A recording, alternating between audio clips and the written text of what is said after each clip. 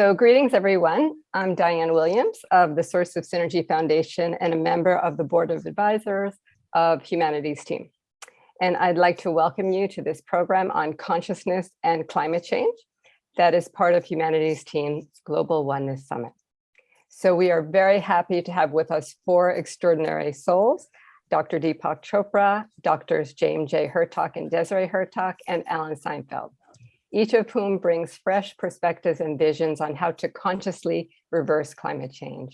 And Deepak did a wonderful series that is on Chopra Well YouTube channel on this topic that was one of the inspirations to put together this program. So I'd like to encourage all of you to check it out. Just Google consciously reversing climate change and you'll find it. So I know we all wish to send our deep appreciation to everyone tuning in. Thank you so much for making the choice to be with us today. I think we all know that one of the most important choices we can make during these precarious times is to address climate change in a timely fashion, as this decade will, in large part, determine the future of our planet and its inhabitants. And we are already seeing many of the serious effects of climate change that scientists have predicted, such as more intense heat waves, fires, longer periods of drought in some regions, an increase in duration and intensity of storms and hurricanes, melting glaciers, and sea level rise. Climate change affects everything from the balance of our ecosystems to our water and food sources, to species extinction, to geopolitics, to economies, to migration, to our infrastructure and supply chain. And most certainly, all of this affects our current and future health, well-being, and security. Luckily, a lot of innovations and technologies to help reverse the impact humans have made on our planet have been or are currently being developed. Like, for instance, recently we learned that scientists developed an enzyme that can break down plastic in a matter of days, far faster than the hundreds of years plastics usually takes to decompose. Other researchers are making progress on an innovation that would enable windows and cell phone screens to cultivate the sun's energy. So there's a lot of hope on the horizon, but none of these innovations have really gone global yet. And I know it can be overwhelming to bear witness to rapid changes that are happening now. And often we might wonder how we can personally, as an individual and collectively with our families, colleagues, and as a wider community, best contribute to reversing climate change. It's truly a global imperative that we realize that we can all make an impact on our climate emergency through our actions, as well as states of being that increase our awareness of unity consciousness and leads to collective wide-scale change. So today, while we will discuss some external technologies and innovations that play a role in reversing climate change, we will also focus on how we more consciously can utilize our vast inner technologies that we all innately have, like, for instance, our ability to engage in non-local communication with the elements.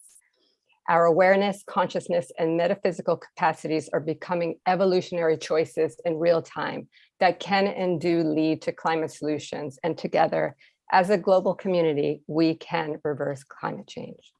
So we dedicate this program in great reverence to our beautiful, sacred planet Earth and all of the inhabitants that call it home. So now we'd like to hear from our speakers, and after we'll have a brief group dialogue and a closing meditation.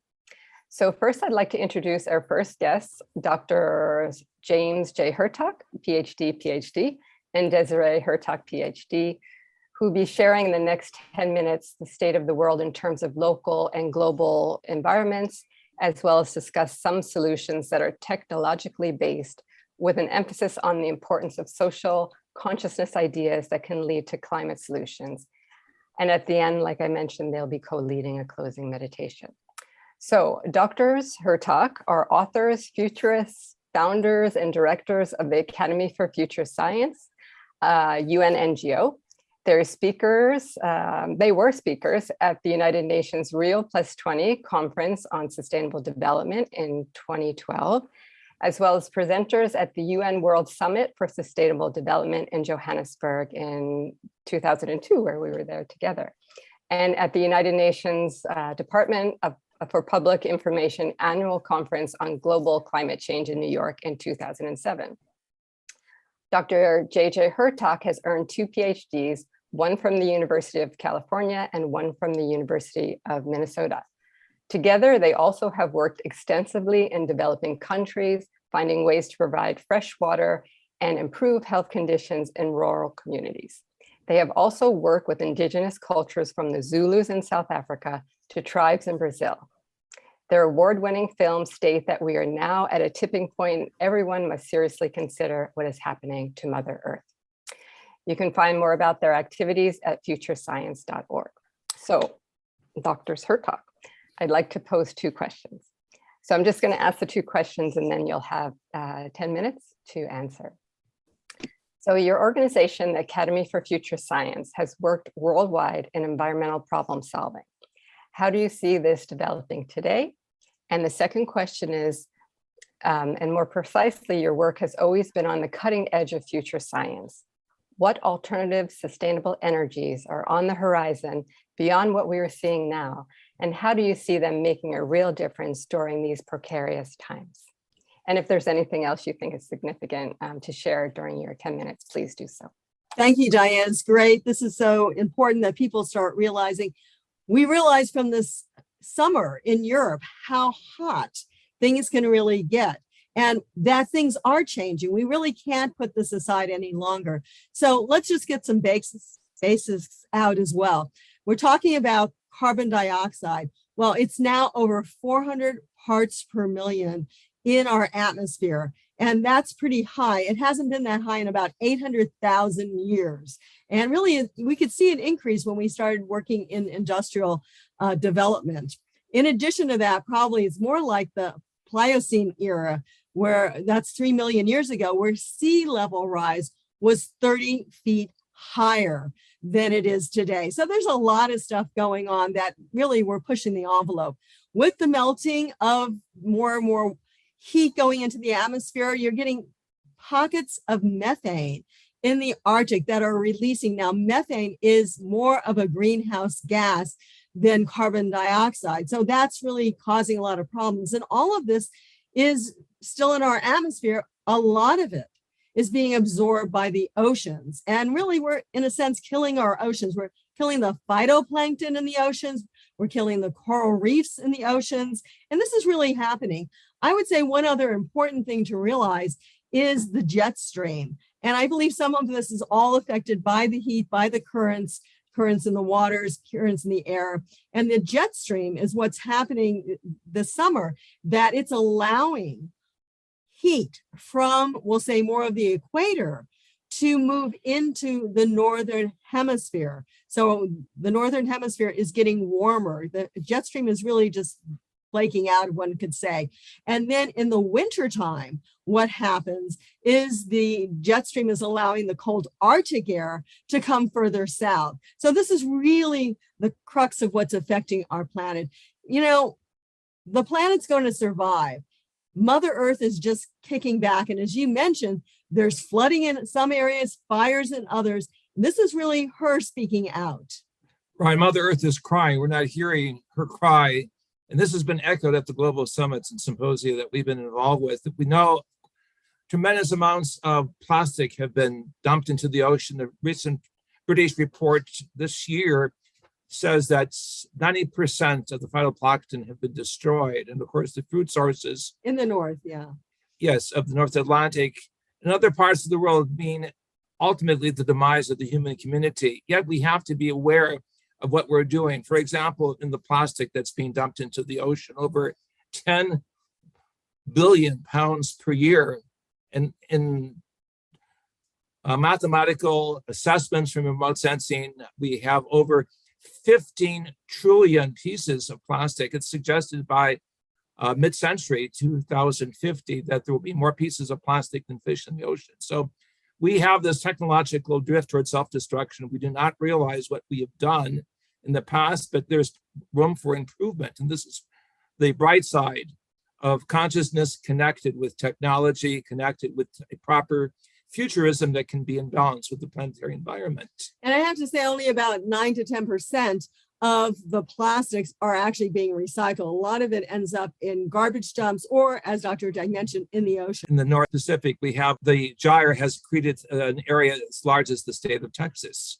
So we have, again, these sore spots of Mother Earth, but also we have the healing strategies to overcome the mischief of a slow slide towards technical self-destruction. And, unfortunately, we're being forced by many factors around the world, as well as the Russian cutoff of, we'll say, energy technology to Europe, as well as just what's happening here, that we haven't developed 30 to 40 years of environmental technology, sustainable development, and energy technology. And it's sad because now all of a sudden we're supposed to have it, on our plates. We all need to move forward with this, but there's been a lot of positive things going on. There's something called bioelectric or technology or bio-rock, which they're actually putting electric currents, very low electric currents on coral type of reefs that are man-made. And this is really creating beautiful coral reefs being restored throughout, especially Indonesia and the South Pacific. But in addition to that, of course, we've always supported solar energy and hydrogen energy. But if you have solar and sometimes wind, you also need battery storage. And lithium is just not going to make it. It's expensive, it's short-lived, things like that. So there is some fabulous solutions, I believe, to every single thing that's going on in our environment. There are solutions. In the 1980s, I was director of TMAC, Technology Marketing Analysis Corporation, and San Francisco had Glenn Seaborg on its board. We had the best minds from China, from Japan, from Germany. We were able to go to Russia and see the Tupolev planes being energized by liquid hydrogen. The fantastic developments that were available in the 1980s, however, were not supported by the other political administrations. And this is why we have fallen way behind the projections of alternative energies. Yet the Red Sea Renewable Energy Conferences were greatly enhanced by great minds throughout the world. And so we have a learning curve to catch up on very quickly. So just a few factors of what solutions are. Well, we've looked and even compared Egypt to what's going on today. Ancient Egypt had these underground storage mechanisms. Well, also they're using that or looking at it at least for hydrogen storage of energy technologies, which is amazing. There's also salt water batteries. How common is that? Salt water with cotton is all you need for these battery storage systems. Using ground penetrating radar, we were able to uncover in Egypt the fact that the Egyptians had these unique saltwater systems. Anyway, in addition, there's also coming out of Finland, sand storage batteries. So you actually heat up the sand and it can hold the energy for months at a time. I mean, there's so many solutions. It's absolutely incredible. So that's part of what we're looking at completely. But I have to say, getting now back to what our real talk is about, it's about consciousness. As I said, Dr. Jack worked in the 70s with TMAC, and they had developed, because of tax cuts in California, a lot of the companies like Exxon and others, Chevron, were all putting money into renewables. Once that went away, things stopped. And so here we are, in the 21st century with really scrambling to try to make ends meet for energy technologies. But the Maasai and other indigenous cultures say, it's not just about the technology. It's not just about the problems with the planet. It's also about us. We discovered in our work at Stanford Research Institute with Elizabeth Rauscher, over 1,000 pages of documentation show that consciousness is the hidden variable for great transitions that are being made. The indigenous people we work with, the shamans, the sociologists, showed that there was this greater power of the mind that's been overlooked. And I feel this is the hidden clue to a new consciousness physics of how we can utilize the human mind and body as a transducer with these energy currents in the universe, in the planetary environments. And that's why it's important today that we do this meditation collectively, because we can literally empower other technologies to come forward. We can empower a reversal of climate change. We have a lot of power. The Maasai knew this. They were part of nature, and we are also part of nature. In fact, of course, one of the most famous, we'll say, quotes from the Maasai is, "We don't inherit the earth. We actually borrow it from our children. And from the indigenous leaders like Orem Lyons, others, there was a realization that it is the attitude, is the projective of consciousness values that determine our priorities. And so the collective consciousness of Mother Earth is also speaking to us. And as we begin to assimilate the research that's been done at Stanford Research Institute and other think tanks, such as Novosibirsk, Dr. Kuznetsov of Russia, we realize that on both sides of the planet for the past 35 years, we've been working with the power of mind over matter. And we realize now that consciousness is behind both matter as well as mind. Both come out of matter as the basic matrix of life. And in the area of consciousness design, we will find the breakthroughs from the unhappiness, from the technical logic to that which is super consciousness. That is the great quest that's before us at this time. We are becoming universal humans, and we are realizing that there is a great leap that's ahead of us if we carefully interweave consciousness physics with the power of new technology and science. Future science is science guided by consciousness, and humanity must take that leap in using higher states of consciousness. So thank you both so much for all the ways you have brought new future science into social, cultural, economic, and environmental spheres. We're so grateful. So now it's my great pleasure to introduce our next guest, Dr. Deepak Chopra, MD, who is the founder of the Chopra Foundation, a nonprofit entity for research on well-being and humanitarianism, and Chopra Global, a modern-day health company at the intersection of science and spirituality. Dr. Chopra is a world-renowned pioneer in integrative medicine and personal transformation.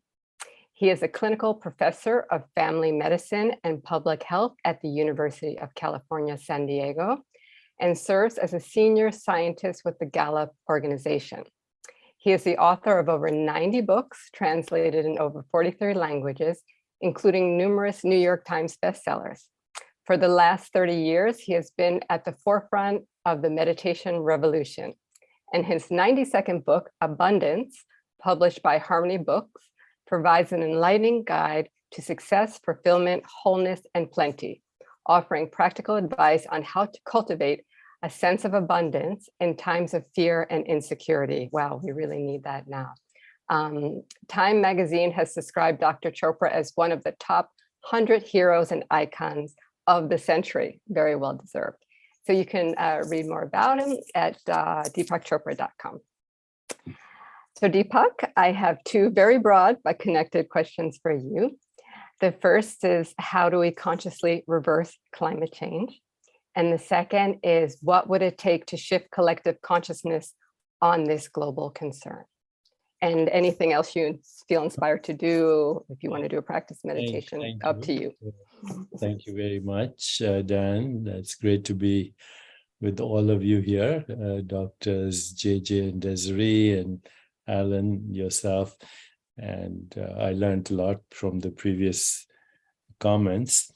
As I was looking at my own notes, because I knew I was going to speak about this with you, the most effective ways to reverse climate change right now fall into 5 categories. The first is protecting coastal wetlands and also rainforests. And the reason is that coastal wetlands act as buffers to storms. They also act as very good water filtration systems. They are responsible for the regulation of the marine ecolife.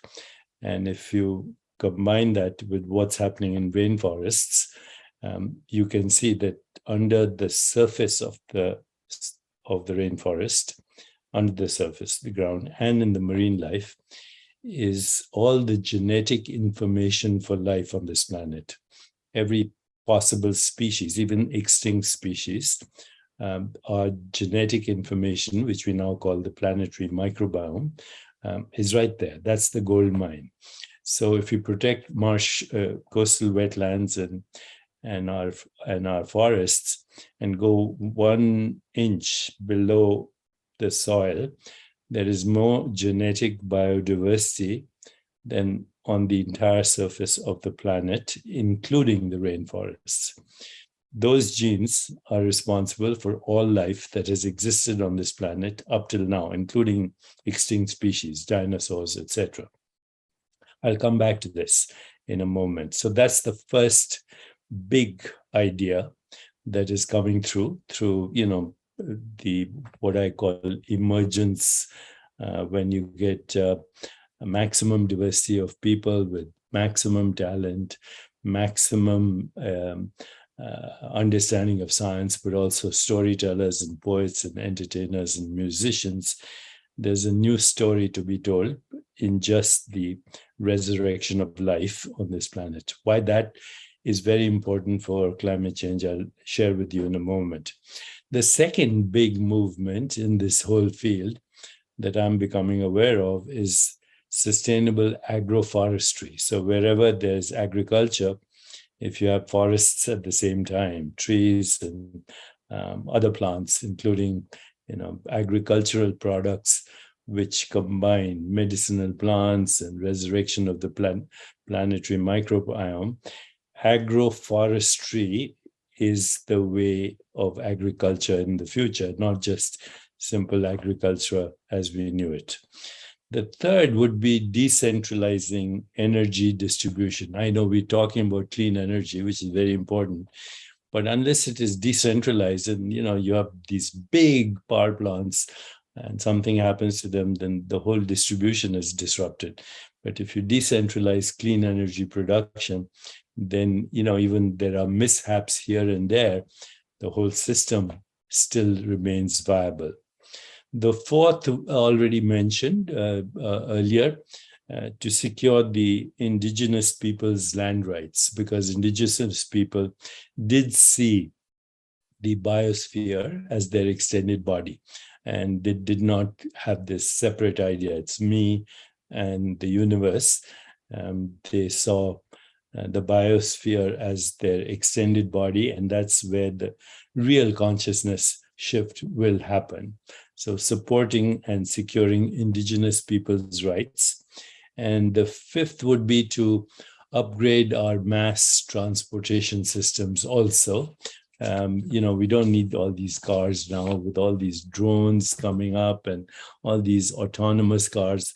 I have an office in Lake Nona where everything is clean energy, everything is autonomous. The drones take you from your hotel to the terminal, and everything is done totally carbon neutral.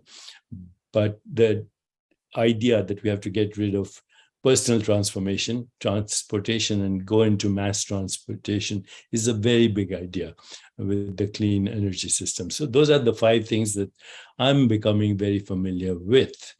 Now, shift in consciousness is actually a revisiting of our vocabulary. I've always been intrigued by where did language come from?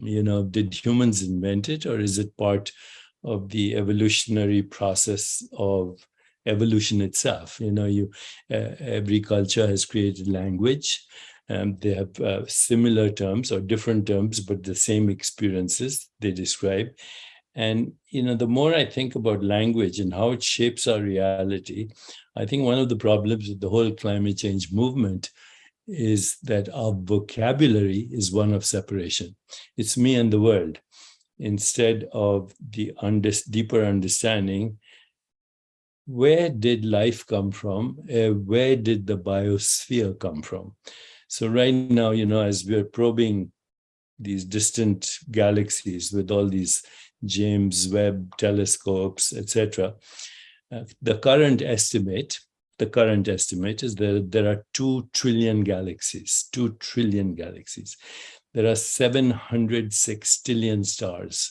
There are uncountable trillions of planets, probably 60 billion habitable planets in just the Milky Way galaxy. And the way they come with these estimates is, these telescopes, they look for what is called the Goldilocks zone. If a planet is too close to its sun, then too hot, no life as we know it. If a planet is too far away from its sun, then too cold, no life as we know it. So it has to be within the Goldilocks zone. So the idea is If we can find the Goldilocks zone, then we can think that life as we know it is probably there. And there are 60 billion of these planets in just the Milky Way galaxy. Now multiply that by 2 trillion, our planet, about which we are concerned, and we should be. But, put it in perspective, it's not even 1 grain of sand in all the beaches of our planet Earth. The other day, I went to the beach to pick up 1 grain of sand and wouldn't stay on my hand. It would flow away with every little breeze. So if 1 planet out of 2 trillion galaxies disappears, it's probably good for the ecosystem of existence. If humans disappeared from this planet, life would flourish. If insect and bacteria and viruses and even COVID disappeared from this planet, life would stop in 5 years.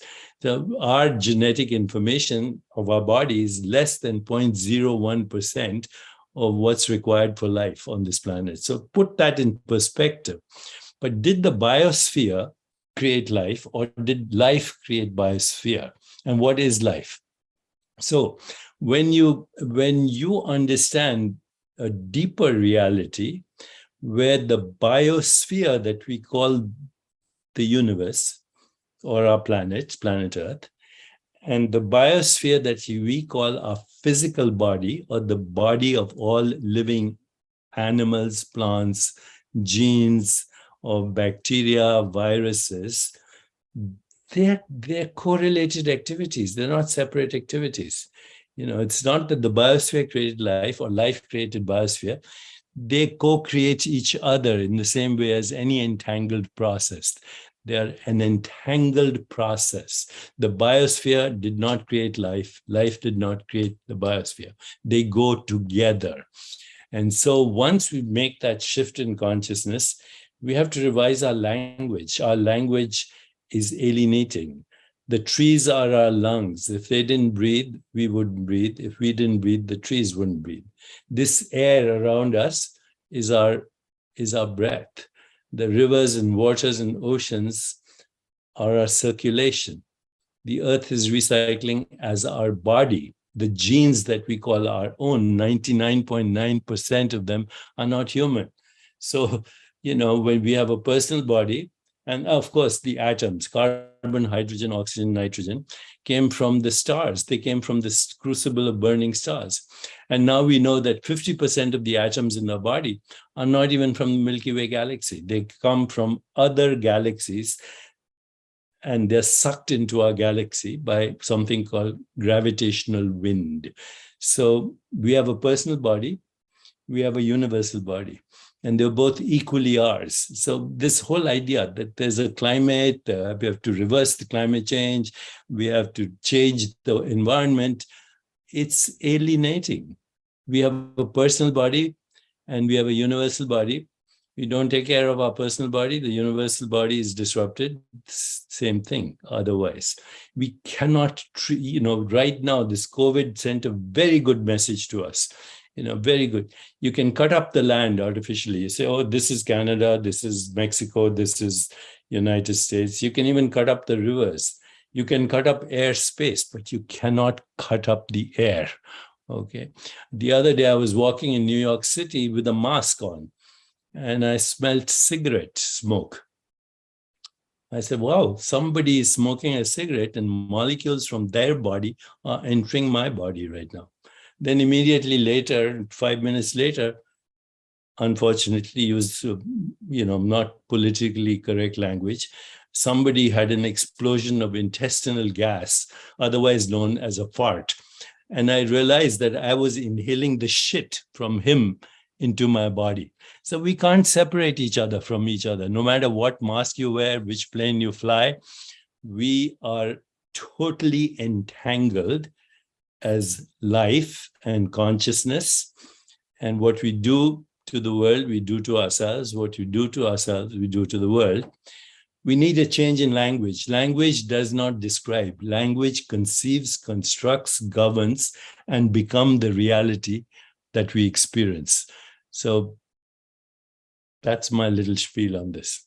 We have practical ways, but we need to change our language so we feel an emotional and spiritual connection to our extended body, without which there's no personal body. And without the personal body, there's no extended body. And the personal body includes trees, plants, lungs, bacteria, viruses, and all the genetic information of the planet. You, me, dogs, cats, and maybe even the resurrection of extinct species. The technology is there. Wonderful. Thank you so much, Deepak, for the 5 significant points and for reminding us to change our language. That's really key. And also for always reminding us that the key to climate change reversal is about the shift inside, especially the shift from separation to unity, and that all is interdependently co-arising. And if we resurrect the light of awareness in ourselves, we can return to the source. And this In awareness the words can... of Thich Nhat Hanh, we are inter-beings that inter-arise in the inter-isness. There is only the inter-isness. Well said. Thank you very much.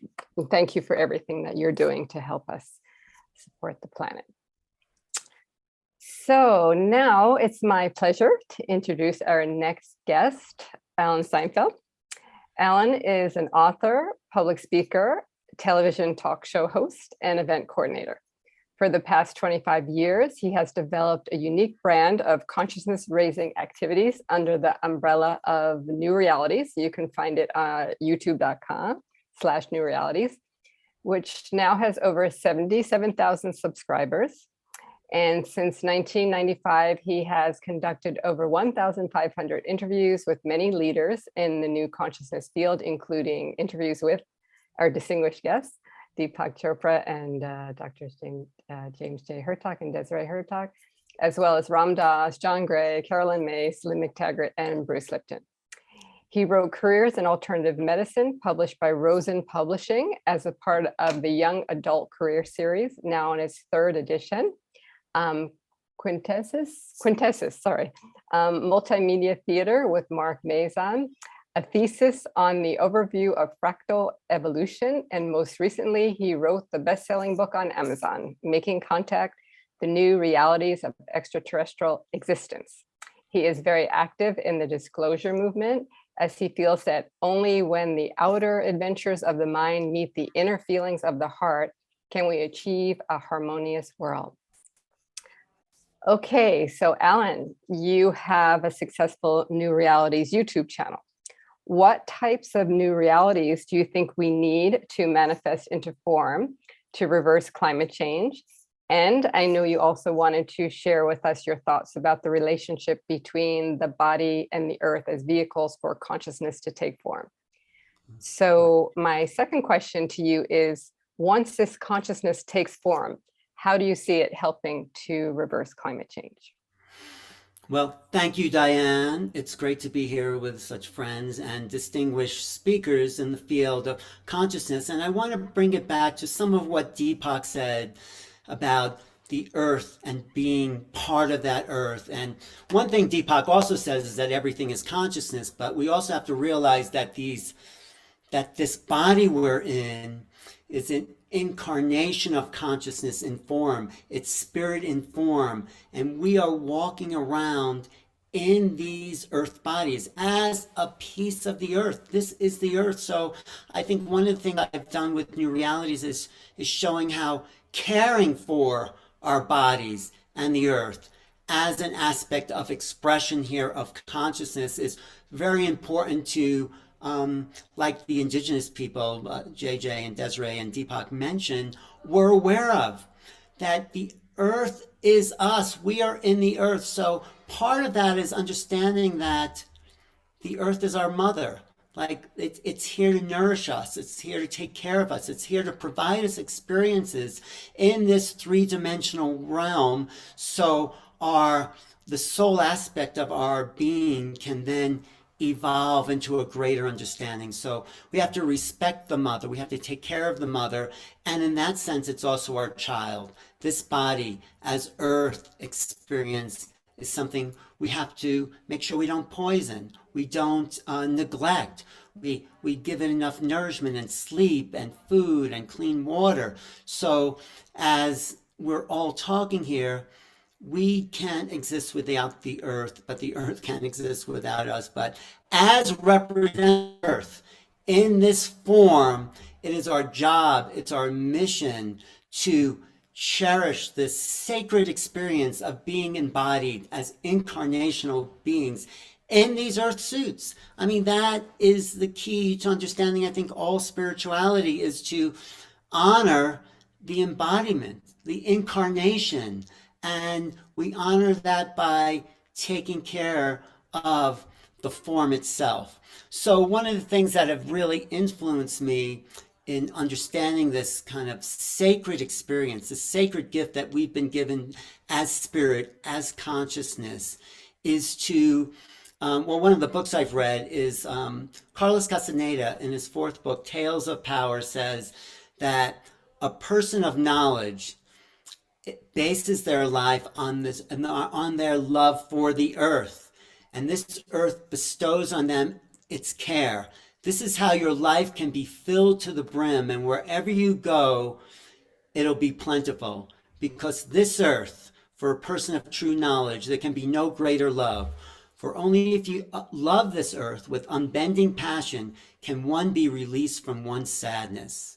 So a person of knowledge is always joyful, because their love is about the beloved, about the embodiment, about being informed to caretake this great being that we're a part of.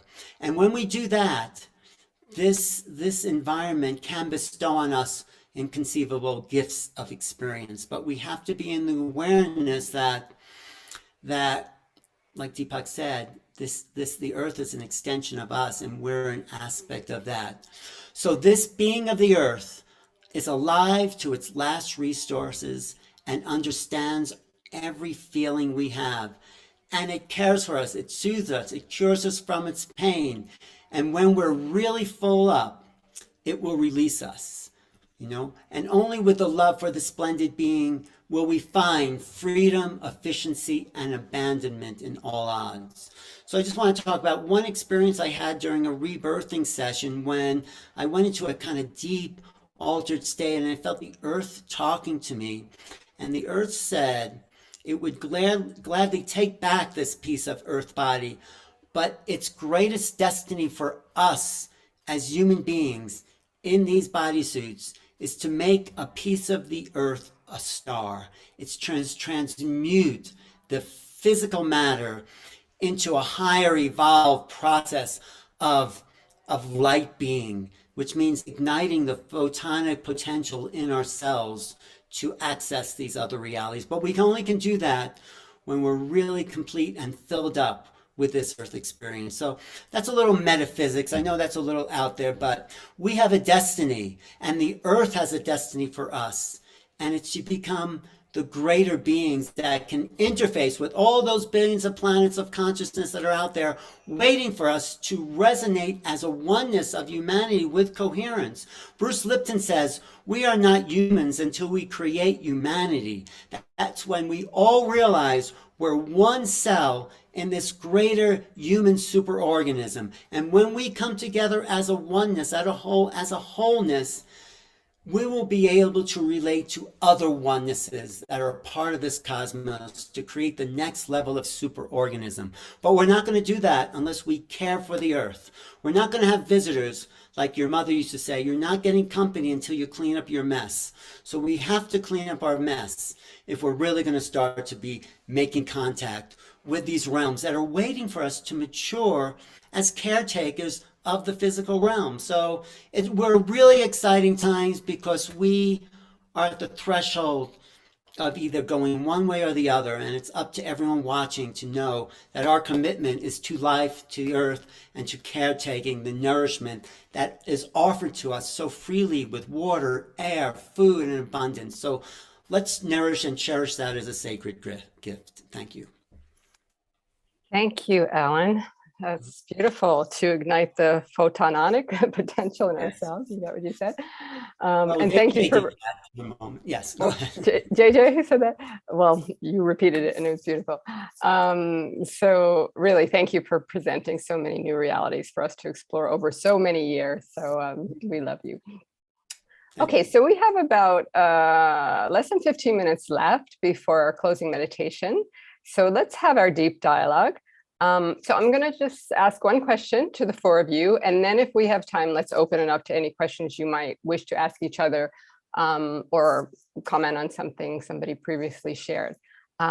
Okay, so Nikola Tesla once said, "The day science begins to study non-physical phenomena, it will make more progress in 1 decade than in all previous centuries of its existence." So an example of this could be non-local communication with the elements. For instance, Dr. Emoto, the Japanese scientist, I know you all heard of him, who revolutionized the idea that our thoughts and intentions impact the physical realm, saw water as a living consciousness and studied how the molecular structure in water transforms when it's exposed to human words, thoughts, sounds, and intentions. So his research also showed how polluted and toxic water, when exposed to uplifting words, prayers, and intention, can be altered and even restored. So water truly does have powerful messages for us, including how we can form a deeper relationship with an element like water that has consciousness and together participate in the healing of the planet. So I'd like to ask each of you, how do you see the study and use of non-physical phenomena and non-local communication making an impact on the healing of the biosphere? If I can begin, this is a very important question because it's really the fulcrum of what direction we go in science and what I will call spiritual philosophy. Our work has shown that we are at a brink of understanding the cosmic potential is connected with the resource of inner consciousness. It's the inner consciousness collectively that opens, as it were, a whole new chapter of life, of connecting the human evolution, what I call the higher evolution, the intelligent life force in the greater universe with all its variations and biological diversity. And so we are here really beginning to understand the extensions of what, for example, John Mack and I and others saw with Curtin Wutwa in South Africa, and the ability of the mind to communicate at distant relationships. It's the greatest breakthrough in science is the realization that non-locality, next to the splitting of the atom, proposes the best opportunity to harness the collective nature of the human mind, not only on a scientific level, but on a practical level, that rapid problem solving can reverse and even change some of the deterioration that has been, so we say, foisted upon us by science that is object oriented rather than science that is human or consciousness oriented. Consciousness must take central stage. And to answer your question complete, it is the science and the physics of consciousness that is the most enjoyable prospect that we face as a human society. Right. So if we continue on with what Deepak was saying about the biology of life that exists on this planet, and ultimately, as Alan would say, throughout the universe, that's one aspect of it. And many people and many scientists have looked at the mathematics of it and the study of it and where the amino acids have come from.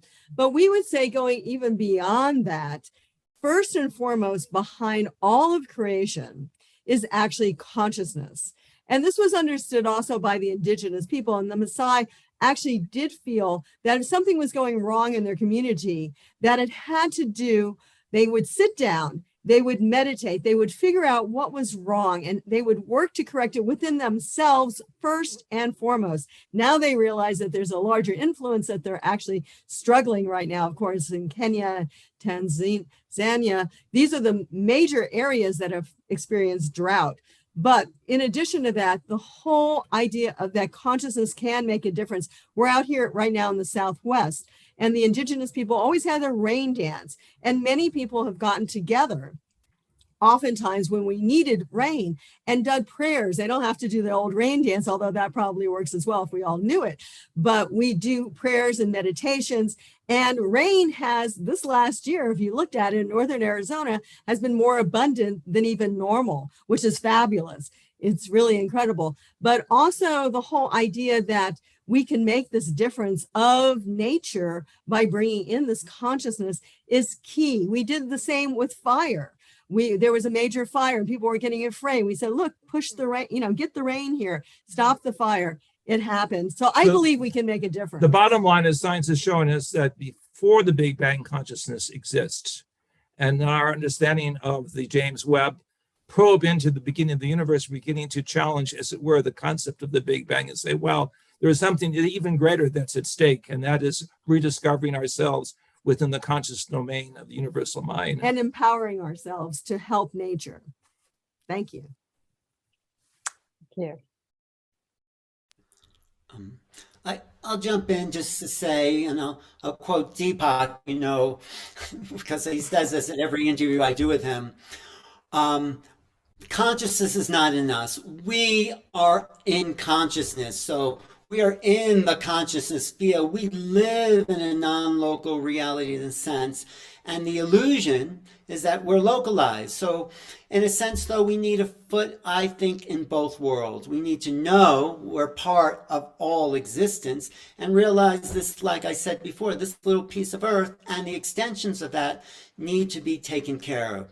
So with the awareness that we're non-local, though, and I teach non-local awareness when I teach remote viewing, and most people can project their minds anywhere in the world because there really is no separation between any of it, because if it's all consciousness, it's all available to us right now. So remote viewing, which is non-local awareness, people get the targets. I say, okay, somebody is in this location. Can you name it? Can you describe it? And it happens. So if we can remote view, we can also remote influence, because that's consciousness is not just viewing. It's like quantum physics say, if you can see it, you can affect it. So if we remote view, if we can remote view the planet, if we could see the planet as a whole and emanate that love, that kindness, that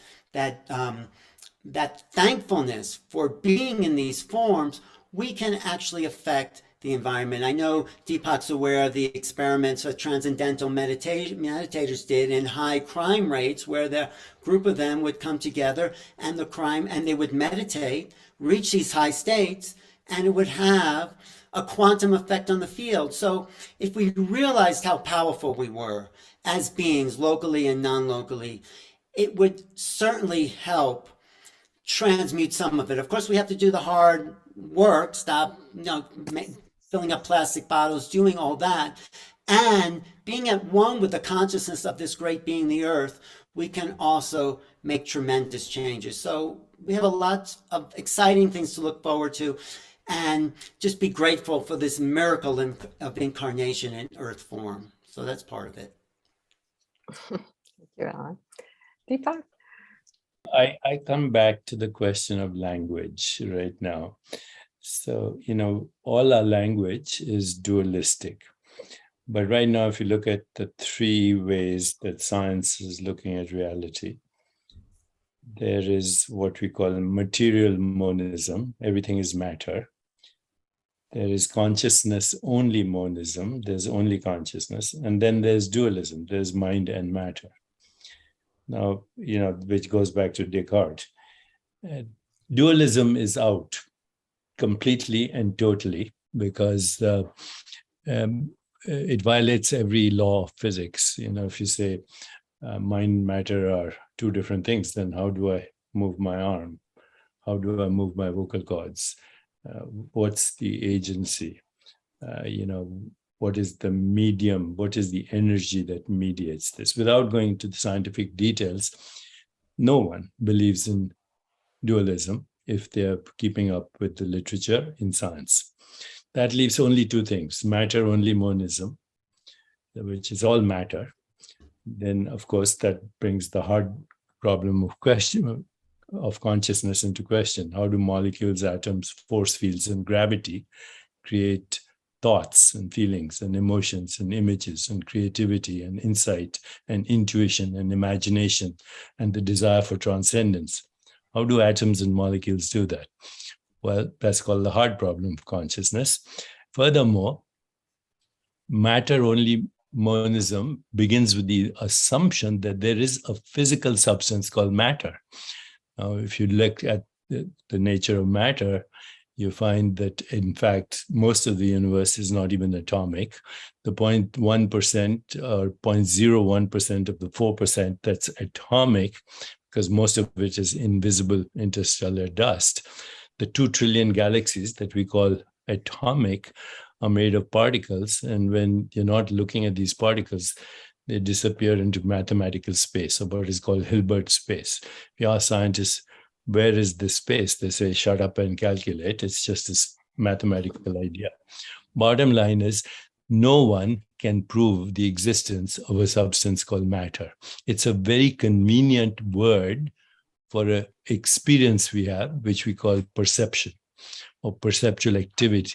If you say I have a body, then which one are you talking about? You started as a fertilized egg, then you were a zygote, then you were an embryo, then you were a baby, then you were a toddler. There's no such thing as a body. It's a perceptual activity in consciousness that humans call my body. And even that is wrong, because every molecule in my body is the recycling of every other molecule in every other body. So, matter or the physical body or the physical universe are convenient words to describe perceptual activity in consciousness, which is a modified activity of consciousness. So if I asked you, what is this? You'd say it's a pen. What is this? You'd say spectacles. What is this? An iPhone. Very convenient constructs. But actually, this is a modality of awareness. The only way I know it is as texture, sensation, color, form, taste, smell, and noise. So this is a modality of awareness that human beings now have constructed called an iPhone or a spectacle. So the Vedantic and Kashmir and Buddhist traditions say when you see yourself in an object, that's called beauty. When you see yourself in a person or another living being, that's called love. And the combination of love, beauty is called Satyam, Shivam, Sundaram, which is fundamental reality, only consciousness. So once we get that, only consciousness, then we can use these constructs, matter, to create technology, upgrade the illusion. If you ask, where is this experience occurring? If I hit my hand, where is the pain occurring? Somebody will say, here. You cut off the nerves, there's no pain here. Oh, it's in my brain. Well, there's no brain, there's no sound in the brain, there's no sensation in the brain. Cut a knife across the brain, put a knife, there's no experience in the brain. So where is this experience? This, or even this experience that we are having right now, where is it occurring? Some people would say it's in the computer. Others would say it's in the brain. Somebody would say, oh, I'm in New York, so it's happening in New York. But the only answer to this experience that is occurring right now, it's occurring in consciousness. And because consciousness has no form, it has no border, it is infinite, it is incomprehensible, it is irreducible, it is fundamental, it is without cause, it is not in space-time. All experience, including this, is non-local. So if you want to change the water molecule, stop calling it water. It's yourself pretending to be water or appearing as water. Once we get that, you see, because our language, we say we are non-dualist, but we use dualistic language all the time. So that is another major shift we need. Consciousness only. Mind is a convenient construct. You say, I have a mind. Which one? You had a teenager's mind. You have an emotion. Which one? You had an emotion of a baby once upon a time. You have a personality. Which one? You don't have a personality. You don't have a mind. You don't have a body. You have a consciousness that is modifying itself as display of the universe. And that's why it's so much fun. That's why it's so much joyful, because when you recognize you are the source of all experience in existence, including your own body, but all other bodies as well, including your mind, but all other minds as well, including your personality, but all other personalities as well, then we have the freedom to create what we want. Otherwise, we are bamboozled by these constructs that go back to the cognitive revolution 40,000 years ago. We haven't changed our tribal minds, but now we have modern capacities, and that spells extinction. Wow. Thank you. Our new mantra is going to be consciousness only. Thank you. Thank you. Very powerful. I just had a question for Alan, Deepak. If yeah. we're consciousness and we're not changing, it's up to us to change, are you saying? We can't expect other people? I mean, what's the connection between the local and the non-local? There is no local, Alan. Local is if I asked you right now, where are you? You'll say, I'm here. Mm-hmm. If you ask me, where are you? You'd point to me. But there's no me in here, and there's no little Deepak looking out of the brain at the world through here. The body is in consciousness. You are in consciousness. This computer is in consciousness. And my iPhone is in consciousness. And that's all there is. Once we get that, then there's only love, there's only beauty, and there's only joy, and there's only this. Mm-hmm. So let us thank you so much. Let us do this meditation for the planet. Let's move. Fabulous. Great. So let's do it. So Drs. Hertak, Alan, Deepak, feel free to join. And this life is homo universalis, universal. And as we go from humankind to space kind, from the human evolution to the higher evolution, I would like us to concentrate on this picture we have from the Mayans of what is called Lady Cloth Weaver, showing the elements of the universe being interconnected with the human DNA, RNA.